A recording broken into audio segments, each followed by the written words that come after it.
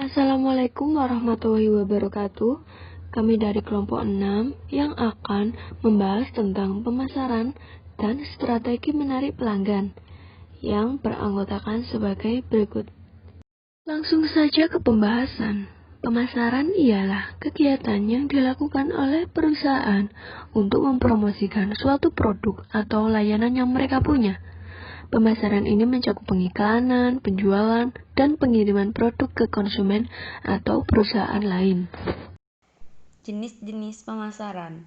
Brand. Produk dan layanan harus memiliki target pasar dan nama atau merek. Untuk dikenal, brand adalah bentuk pemasaran yang memiliki fungsi sebagai iklan jangka panjang. Ini sangat membantu untuk membuat produk atau layanan menjadi lebih menarik dan terkenal. Brand seringkali menyertakan nama, slogan, dan logo. Contoh dari brand adalah seperti Nike, Hermes, Dennis, Rolex, dan lain-lain. Selanjutnya, iklan siaran. Menggunakan radio sebagai media pemasaran adalah salah satu bentuk iklan berbayar yang paling umum. Pemasaran ke pelanggan sangat potensial ketika menggunakan radio, karena pendengar radio benar-benar mendengarkan apa yang diucapkan oleh penyiarnya. Selain itu, juga bisa menggunakan media TV untuk menjangkau pelanggan secara luas. Contoh dari iklan siaran adalah contohnya seperti iklan produk makanan ringan yang sering berada di TV. Berikutnya adalah multi-level marketing. Pemasaran dengan menggunakan multi-level marketing, bentuk penjualan langsung yang melibatkan banyak orang, di mana perusahaan merekrut dan menjual produk-produknya. Contoh dari multi-level marketing tersebut adalah seperti pemasaran melalui situs web dan pemasaran di media sosial. Dan selanjutnya, internet atau online. Internet menjadi salah satu media pemasaran yang paling diminati. Hampir semua orang pasti menggunakan internet, sehingga pasarnya sangat luas. Pemasaran dapat dilakukan dalam berbagai cara seperti menggunakan email, website, atau iklan. Contohnya adalah zaman sekarang banyak sekali orang-orang menjual produk-produk melalui situs-situs online seperti Shopee dan lain-lain. Fungsi pemasaran. Ada 7 fungsi pemasaran, yaitu yang pertama ada analisis konsumen, yang kedua ada penjualan produk atau jasa, yang ketiga ada perencanaan produk dan jasa, yang keempat ada penetapan harga. Analisis konsumen merupakan pengamatan dan evaluasi kebutuhan, hasrat, dan keinginan konsumen. Analisis konsumen melibatkan pengadaan survei konsumen, penganalisisan informasi konsumen, pengevaluasian strategi pemosisian pasar, pengembangan profil konsumen, dan penentuan strategi segmentasi pasar yang optimal. Yang kedua, pengertian dari penjualan produk atau jasa. Penjualan meliputi banyak aktivitas pemasaran seperti iklan, promosi penjualan, publisitas, penjualan perorangan, manajemen tenaga penjualan, hubungan konsumen, dan hubungan dealer. Yang ketiga, perencanaan produk jasa.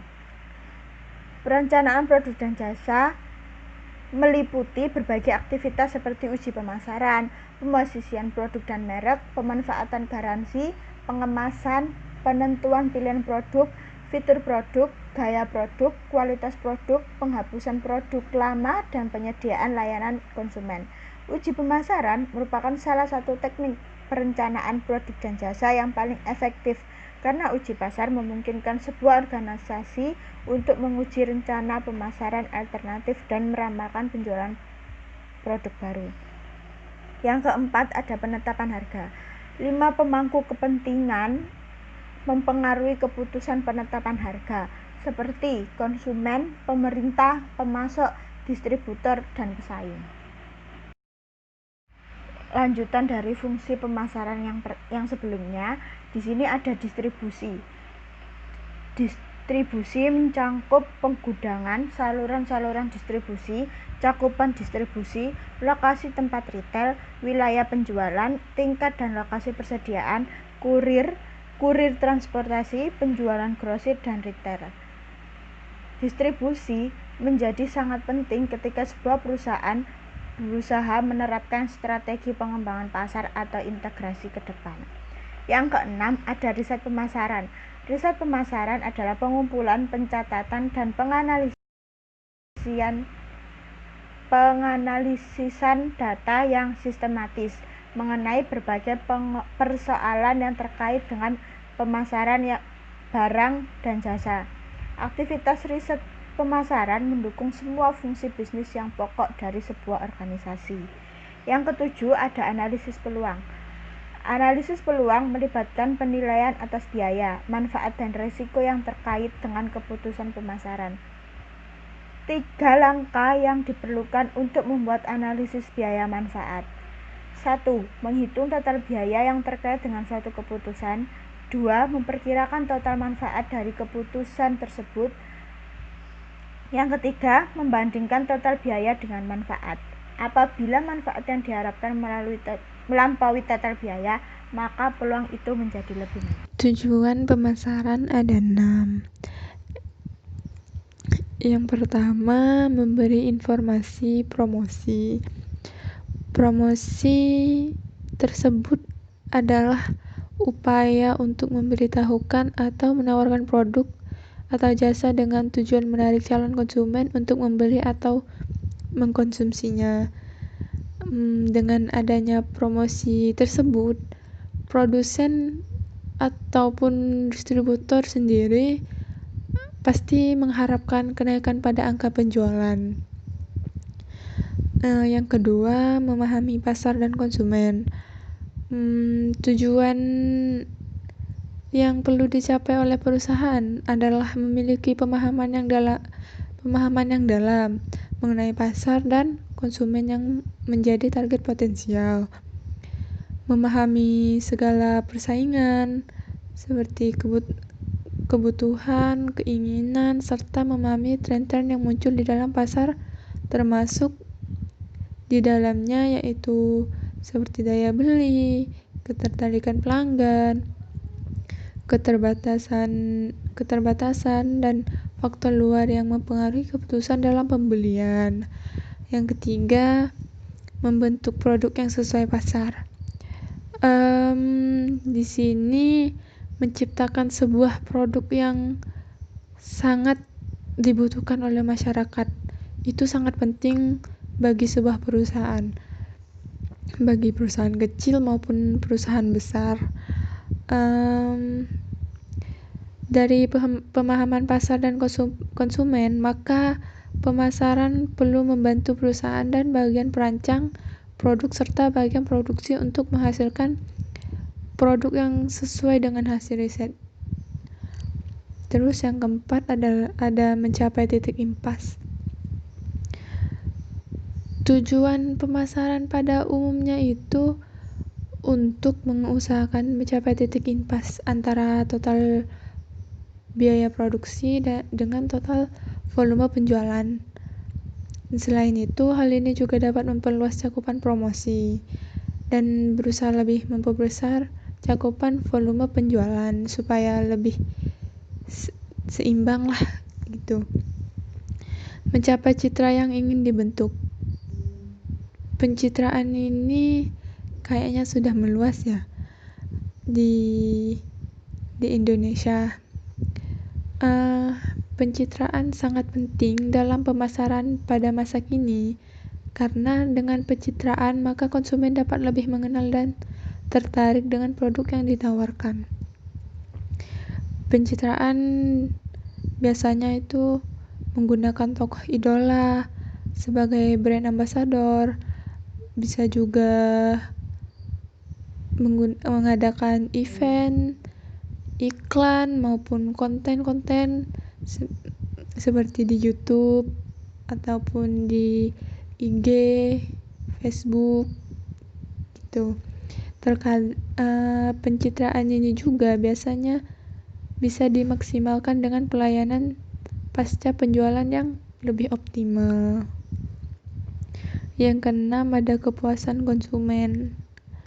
Penjualan yang terjadi hanya akan menjadi keuntungan sesaat bila tidak terjadi kepuasan terhadap konsumen.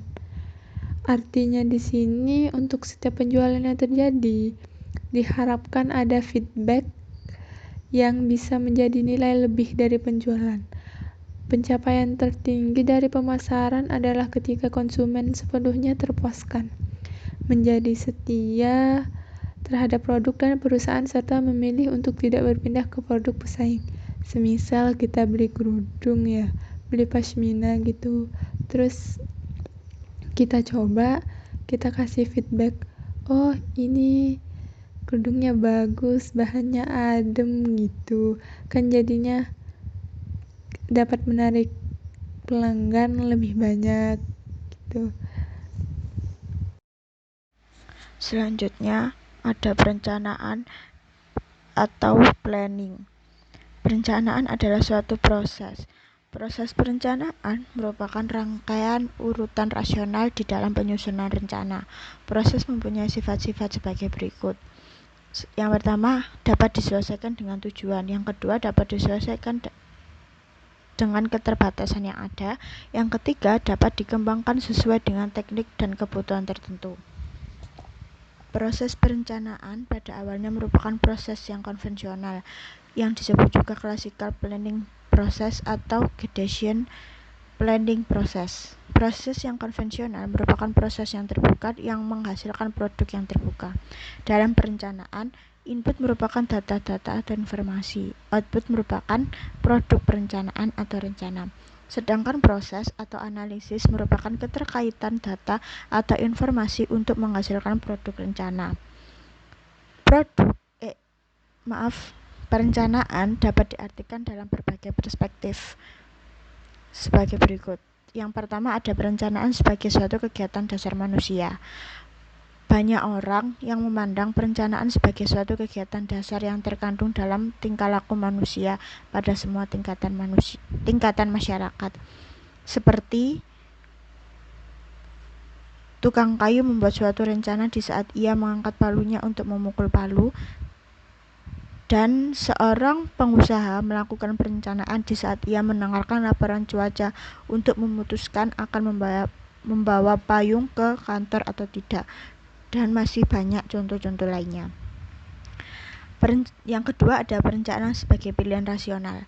Pendekatan kedua membatasi perencanaan pada hal-hal yang menyangkut upaya pemilihan dan menekankan kaitan antara perencanaan dan rasionalitas. Konsep rasionalitas ini dapat didefinisikan sebagai suatu pilihan yang memenuhi standar logika tertentu. Dengan demikian, maka perencanaan menjadi suatu proses untuk menemukan tindakan-tindakan di masa depan yang sesuai melalui suatu tahapan pemilihan. Tidak banyak perbedaan antara pengertian perencanaan ini dengan proses pengambilan keputusan yang rasional. Perencanaan identik dengan proses tersebut dengan proses dalam usahanya untuk mencapai tujuan-tujuan yang diinginkan. Melakukan pilihan-pilihan dengan sengaja, pendekatan yang komprehensif, dan berkaitan dengan tindakan. Meskipun yang terakhir ini masih tidak jelas dan agak lemah, orientasi ke masa depan merupakan satu-satunya karakteristik perencanaan yang tidak ada proses pengambilan keputusan yang rasional. Yang ketiga, ada perencanaan sebagai pengendali tindakan masa depan. Definisi ini mengandung suatu reaksi yang berlebihan terhadap kesempitan definisi yang terdahulu. Definisi ini mengartikan bahwa tidak ada perencanaan yang prosesnya tidak mencakup pelaksanaan. Ada tujuan dan perspektif perencanaan. Stephen Robbins dan Marie Coulter mengemukakan banyak tujuan perencanaan. Tujuan pertama adalah untuk memberikan pengarahan baik untuk manajer maupun karyawan non-manajerial. Tujuan kedua adalah untuk mengurangi ketidakpastian. Ketika seorang manajer membuat rencana, ia dipaksa untuk melihat jauh ke depan, meramalkan perubahan, memperkirakan efek dari perubahan tersebut, dan menyusun rencana untuk menghadapinya. Tujuan ketiga adalah untuk meminimalisir pemborosan. Dengan kerja yang terarah dan terencana, karyawan dapat bekerja lebih efisien dan mengurangi pemborosan. Tujuan yang terakhir adalah untuk menetapkan tujuan dan standar yang digunakan dalam fungsi selanjutnya, yaitu proses pengontrolan dan pengevaluasian. Terakhir ada elemen perencanaan.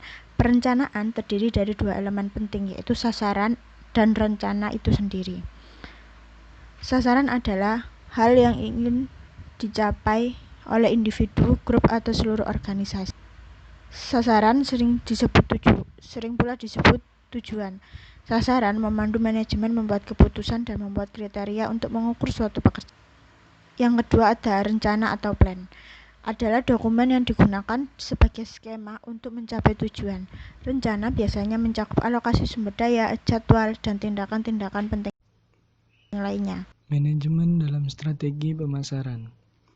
Manajemen dalam strategi pemasaran mencakup berbagai hal, menganalisis, mengimplementasi, dan pengendalian program. Untuk apa hal tersebut?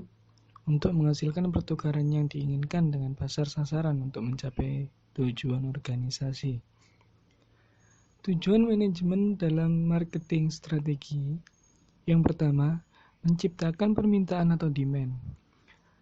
Membuat atau menciptakan cara yang terencana untuk mengetahui preferensi dan selera konsumen terhadap barang atau jasa yang diproduksi. Untuk apa? Untuk memenuhi kebutuhan pelanggan. Yang selanjutnya ada kepuasan pelanggan. Seorang manajer pemasaran dalam hal ini harus mempelajari permintaan pelanggan sebelum menawarkan barang atau jasanya.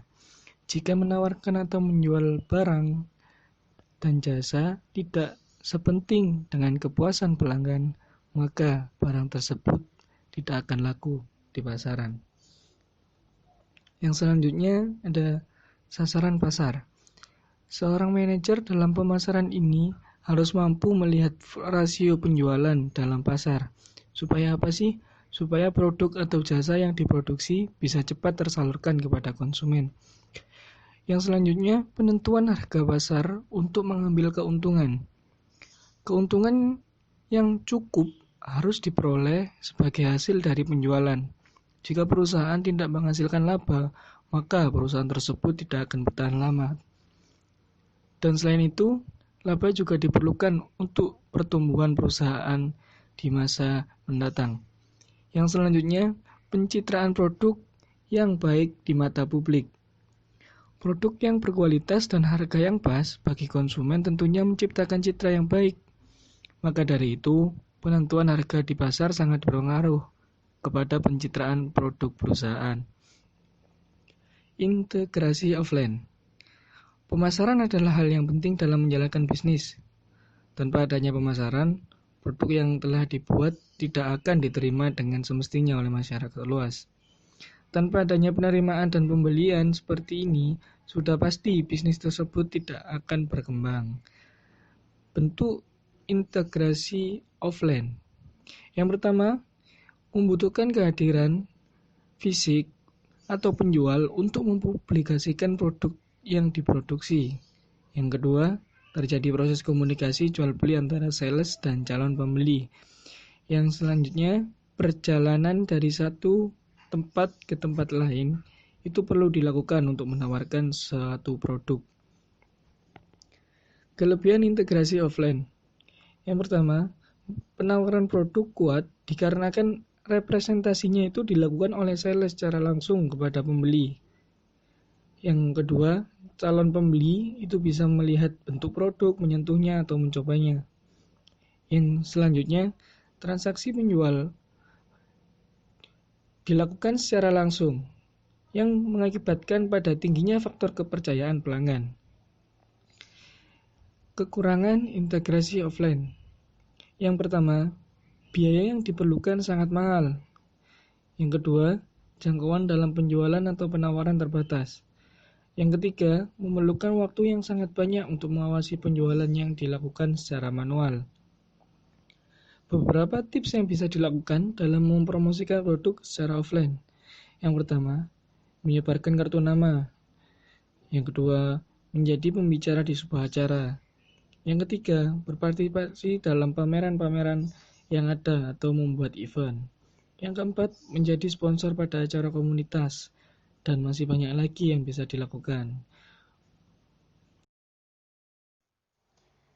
Traffic building. Yang pertama adalah get a great SEO strategy. SEO di sini berarti search engine optimization. Kita membutuhkan strategi yang tepat untuk kata kunci yang tepat agar site traffic kita meningkat. Jika kita ingin website kita berada di paling atas pada saat hasil pencarian, berarti kita harus memiliki keyword yang sering dicari oleh target market kita. Step awalnya, kita harus menentukan audiens seperti apa sih yang coba kita incar, dan kita harus cari tahu nih, kata-kata seperti apa yang sering mereka cari. Kita bisa mengetahui seberapa efektif kata-kata yang coba kita sasar dengan teknologi-teknologi online saat ini. Contohnya seperti Google Trends. Pada saat kita memasukkan keyword yang coba kita sasar di Google Trends, Google akan menampilkan hasil seberapa banyak kata-kata itu dicari. Siapa saja sih yang cari kata-kata itu dan seberapa luas kata-kata itu dicari. Yang kedua adalah use keyword sparingly. Kita bisa mendapatkan lebih banyak traffic jika kita menggunakan kata-kata yang simpel. Pada zaman sekarang, para calon buyers itu tidak suka dengan website yang dipenuhi oleh konten-konten jualan saja. Mereka lebih suka website yang diselingi dengan konten-konten yang menarik, yang seru, atau yang bermanfaat. Karena dengan begitu, buyers akan betah untuk berlama-lama di dalam website kita. Kita juga bisa menggunakan sinonim dari kata kunci yang kita sasar. Karena dengan begitu, mesin penelusuran bisa mendeteksi target market kita juga. Yang ketiga adalah do frequent updates. Selalu melakukan update website juga bisa membuat website kita berada di atas pada saat hasil penelusuran. Mengapa? Karena search engine akan mendeteksi seberapa baik sih kita dalam mengolah website kita, agar calon buyers kita itu bisa terus-terusan balik lagi ke website kita untuk mencari tahu atau melihat produk-produk apa yang kita keluarkan, produk baru apa yang kita akan keluarkan. Jika kita menerapkan sistem login di website kita, kita bisa mendapatkan data buyers kita secara geografis, yang mana ini adalah langkah yang bagus untuk menentukan target market yang lebih luas lagi. Yang keempat adalah be search engine friendly. Untuk menaikkan traffic, kita harus membuat website kita selalu search engine friendly. Karena biasanya search engine akan mengumpulkan data-data web yang memuat web yang memiliki ranking rendah, yang memiliki link atau tautan rusak, infrastruktur dari website yang sulit dinavigasi, dan beberapa faktor lainnya. Faktor-faktor ini yang membuat website kita berada di bawah pada saat hasil pencarian. Jadi kita harus memastikan tautan disertakan di setiap halaman ke semua halaman website lainnya, termasuk peta situs, agar search engine dapat dengan mudah melihat katalog dan konten dari website kita. Berikut adalah 4 tips untuk bisa membuat website kita berada di atas pada saat hasil pencarian. Sosial media. Sosial media adalah salah satu wadah atau platform yang sering digunakan untuk digital marketing. Berikut adalah beberapa jenis sosial media yang sering digunakan untuk digital marketing. Yang pertama adalah Facebook. Jika target market kalian berasal dari semua kalangan umur, kalian bisa menggunakan Facebook. Karena Facebook ini digunakan oleh semua kalangan, dari yang muda sampai yang tua.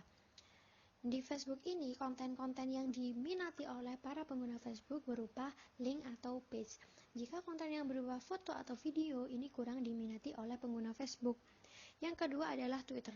Kalian bisa menggunakan Twitter jika target market kalian adalah anak muda. Namun, jika kalian melakukan pemasaran di Twitter, kalian harus membuat konten yang simple, jelas, detail. Karena pengguna Twitter tidak suka hal-hal atau konten yang terlalu panjang. Yang ketiga adalah Instagram. Instagram ini bisa kalian gunakan jika target market kalian adalah anak-anak muda. Namun, Instagram ini lebih mementingkan visual.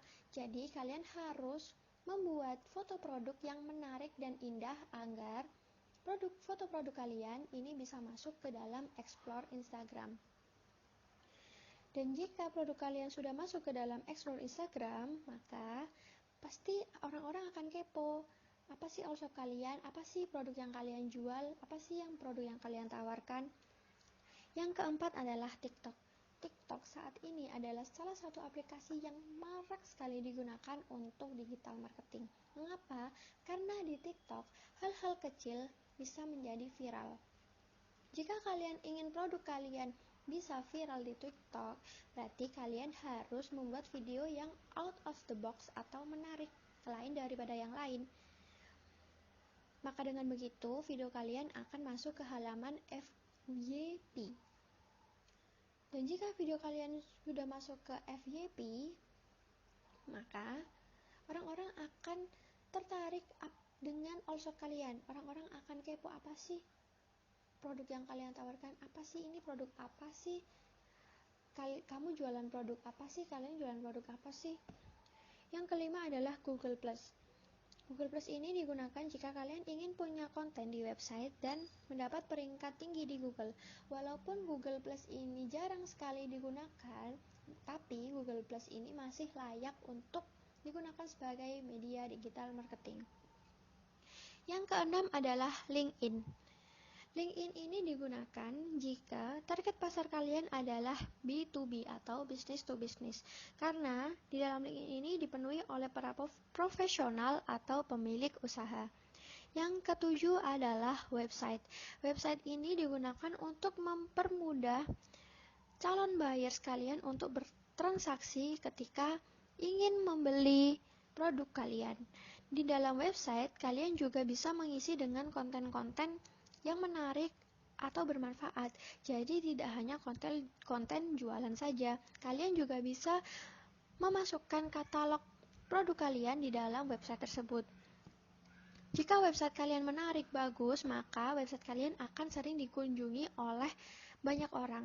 Dan jika website kalian bisa dikunjungi banyak orang atau sering dikunjungi banyak orang, maka bisa saja website kalian akan muncul di atas sendiri pada saat hasil pencarian.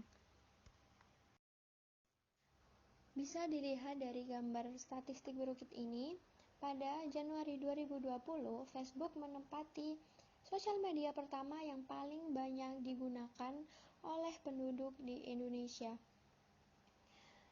Di peringkat kedua ada YouTube, ketiga WhatsApp, keempat Facebook Messenger, kelima WeChat, keenam Instagram, yang ketujuh TikTok, dan masih banyak lainnya. Di sini membuktikan bahwa sosial media adalah platform yang cukup ampuh digunakan sebagai media digital marketing. Karena pada saat ini hampir seluruh manusia di belahan dunia tidak bisa lepas dari gadget mereka. Dan ketika mereka menggunakan gadget mereka, hampir sebagian besar mereka membuka sosial media mereka. Proses pengoptimalisasian pemasaran. Optimalisasi pemasaran adalah proses peningkatan upaya pemasaran untuk memaksimalkan hasil bisnis yang diinginkan. 4 langkah untuk mengoptimalisasikan proses pemasaran, yaitu 1. Memahami prosesnya. Langkah pertama dalam proses pengoptimalan pemasaran adalah mengidentifikasi dan mendapatkan kejelasan tentang tujuan dan visi tentang apa yang ingin dicapai. Kendala umum untuk memahami proses yaitu resiko, visibilitas, sumber daya, dan anggaran. Yang kedua, mendapatkan perataan organisasi. Untuk langkah ini kuncinya adalah berkolaborasi dengan tim saat mengidentifikasi pemangku kepentingan. Tujuan dan manfaat umum. meminimalkan biaya, memaksimalkan waktu dan/atau efisiensi, memungkinkan individu merespon acara bisnis dengan cepat, memungkinkan individu untuk memaksimalkan peran dan tanggung jawab, mengoptimalkan hasil secara efektif dalam operasi. Yang ketiga yaitu memanfaatkan kemampuan tim. Apakah memiliki sumber daya yang tepat untuk menjalankan rencana yang baru dikembangkan? Rencananya mungkin sangat baik di atas kertas, tetapi tanpa kapasitas untuk mengeksekusinya, mungkin akhirnya melakukan lebih banyak bahaya daripada kebaikan. Meskipun mungkin tampak mudah untuk membuat beberapa pembaruan sekaligus ke organisasi, tim harus memiliki waktu dan ruang untuk menangani semua tanggung jawab proyek harian. Selain proses baru ini yang direncanakan untuk diterapkan, potensi umumnya yaitu sumber daya fiskal dan pengambilan keputusan. Yang keempat, optimalkan dan eksekusi. Pengujian adalah kuncinya. Proses baru ini akan menjadi aset penting untuk menjadi lebih efisien dalam upaya pemasaran. Seiring dengan pengujian, analisis berjalan seiring dan hasil yang dapat lebih valid. Dengan menguraikan tujuan, tanggung jawab, dan pendekatan pemurnian yang dapat diambil oleh tim, sekarang siap menggunakan data untuk menargetkan tantangan dan memaksimalkan di mana dapat mencapai kesuksesan. Jadi, fase berikutnya adalah membangun strategi untuk implementasi. Pengiriman umum, pelacakan, dan nilai yang direlasikan. Strategi konversi. Apa itu strategi konversi pemasaran? Dalam marketing, konversi atau conversion adalah tindakan yang dilakukan oleh pengunjung situs web yang dianggap menguntungkan bagi pemilik situs web dan didorong melalui pesan ajakan bertindak atau call to action (CTA) berdasarkan simpulan yang bersumber dari situs OmniConvert. Pengertian konversi sendiri adalah penyelesaian tujuan. Kata konversi dapat diterapkan pada tindakan apapun yang dilakukan pengguna situs web yang bernilai dalam beberapa hal. Karena ada beragam tindakan yang dapat diambil yang mungkin berharga. Web design. Web design adalah suatu kegiatan yang dilakukan untuk membuat sekaligus merancang desain web yang berkaitan dengan bagaimana konten akan ditampilkan kepada pengunjung website. Fungsi web design dalam strategi pemasaran yaitu yang pertama, meningkatkan keuntungan pemasar. Yang kedua, memudahkan pemasar untuk mempromosikan produknya. Yang ketiga, mempermudah pelanggan untuk mengenali dan mengetahui produk via internet. Yang keempat, menarik perhatian pelanggan. Dan contohnya seperti berikut. Tampilan website yang baik dan profesional adalah hal penting karena tampilan website juga mewakili gambaran dari karakter perusahaan ataupun gambaran dari pribadi pemiliknya. Maka, baik dan buruknya tampilan website Anda akan dapat mempengaruhi jalannya proses strategi marketing dan hasil yang ditetapkan.